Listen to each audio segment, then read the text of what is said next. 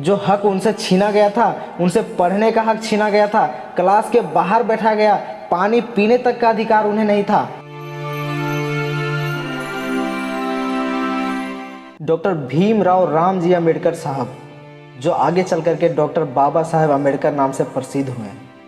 बचपन में इनके एक टीचर थे जिनका नाम था महादेव अंबेडकर, जो अम्बावड़े गांव के रहने वाले थे और बाबा साहेब से उनका खास लगाव था।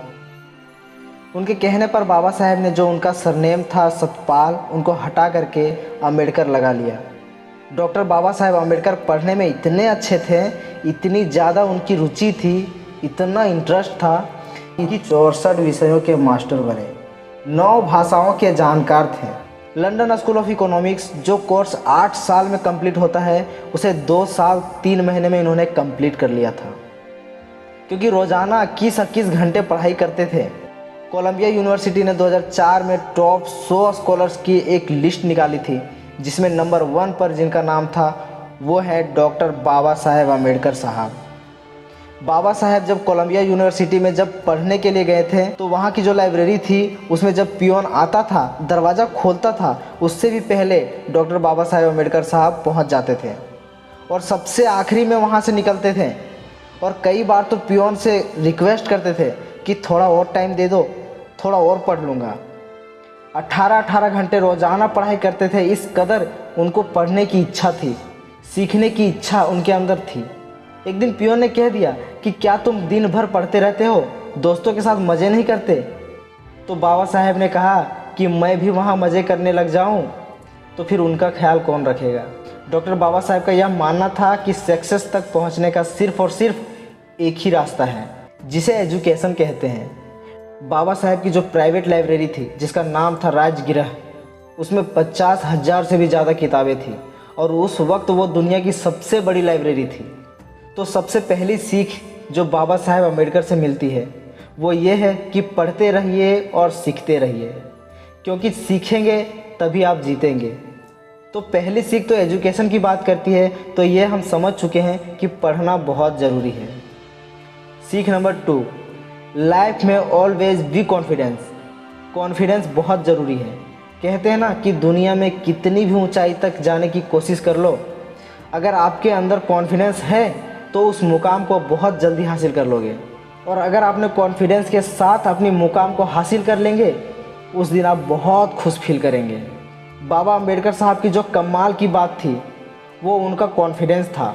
उस वक्त के जो सबसे महान नेता यानी कि हमारे देश के राष्ट्रपिता महात्मा गांधी जी, उनके बातों को भी डिसएग्री कर जाते थे डॉक्टर बाबा साहेब अंबेडकर साहब। केवल डिसएग्री ही नहीं करते थे, बल्कि बापू तक अपनी बात पहुंचाते थे कि मैं आपके बातों से सहमत नहीं हूँ। इतनी असहमति थी, इसके बावजूद भी बापूजी दुनिया से कहते थे कि एक तरफ 1000 विद्वानों को रख दो और एक तरफ बाबा साहेब अंबेडकर को खड़ा कर दो, इनका ज्ञान बाकियों से ज़्यादा ही होगा। सीख नंबर 3, जिंदगी में सिर्फ अपना मत सोचिए, समाज का भी सोचिए। रिस्पॉन्सिबिलिटी आपकी समाज के लिए भी बनती है, यही सिखाते हैं डॉक्टर बाबा साहेब अंबेडकर साहब। जब उनको जिम्मेदारी सौंपी गई थी आपको भारत का संविधान लिखना है, तो उन्होंने दुनिया के 60 देशों के संविधान की पढ़ाई की। उसके बाद जो है भारत के संविधान का निर्माण किया और उसमें ध्यान रखा गया कि सबको बराबरी का हक मिले, क्योंकि बाबा अंबेडकर साहब वो थे जिनसे बचपन में पढ़ाई का हक छीन लिया गया था, जिन्हें ऊंची जाति के लोग आकर ऊपर से पानी पिलाता था। तो उन्होंने सारी समस्याएं, सारी कठिनाइयों को करीब से देखा था, महसूस किया था। इसलिए वो चाहते थे कि हिंदुस्तान के हर उस आदमी को अधिकार मिले जो बाकियों के लिए है। इस बात को ध्यान में रखकर भारत के संविधान का निर्माण किया। सीख नंबर 4, जिंदगी लंबी नहीं होनी चाहिए, महान होनी चाहिए। ये कहा था डॉक्टर बाबा साहेब अंबेडकर साहब ने। अगर ये बात आप ध्यान से समझेंगे तो बहुत सारे लोग कहते हैं कि अभी तो टाइम, इतने साल बाकी है, ज़िंदगी की अभी तो बहुत टाइम है। ये बहुत टाइम नहीं है। ज़िंदगी कितनी लंबी है इस पर ध्यान देना बंद कीजिए। आप ज़िंदगी जी कैसे रहे हैं इस पर ध्यान देना शुरू कर दीजिए। ज़िंदगी का उद्देश्य होना चाहिए, और डॉक्टर बाबा साहेब अंबेडकर जी का उद्देश्य था कि समाज के हर आदमी को बराबरी का हक मिले। जो हक उनसे छीना गया था, उनसे पढ़ने का हक छीना गया था, क्लास के बाहर बैठा गया, पानी पीने तक का अधिकार उन्हें नहीं था, उन्होंने कोशिश की वो पढ़ाई करे, उस पढ़ाई के दम पर इस सिस्टम को बदले और सबसे बड़ी बात उन्होंने बदल दिया।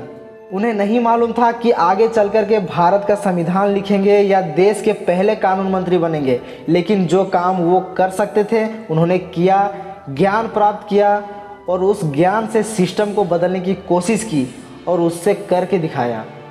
सीख नंबर 5, ज़िंदगी में विज़न होना चाहिए। बाबा अंबेडकर साहब ने आज से 100 साल पहले यह बात कही थी कि मजदूरों को 8 घंटे ही फैक्ट्रीज में काम करना चाहिए, वरना पहले 10-10, 12-12, 14-14 घंटे मजदूर काम कर रहे थे।